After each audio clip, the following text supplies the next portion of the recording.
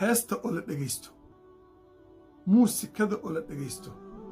waxyaabaha la tumayo ee la dhegaysto ee maanta dad badani ay ku fidnaysan yihiin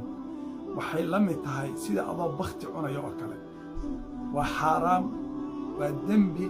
waa kabiira min alkabaa'ir weeye marka waxaad ka akhrin kartaa hadalkaas cajiibka ah ee risaalada ama kitaabka risaalatu lmustarshidiin lilimaam almuxaasibi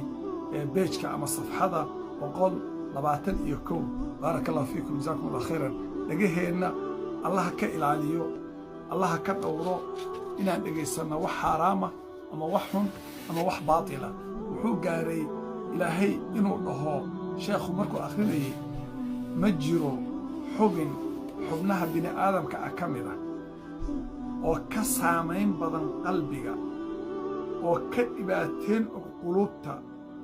oo kaga ridi og qofka inuu fitno ku dhaco oo diintiisa iyo dhaqankiisa uu ka fidnoobo oo ka daran ma jiro marka carabka laga soo tago dhagaha dhegaysiga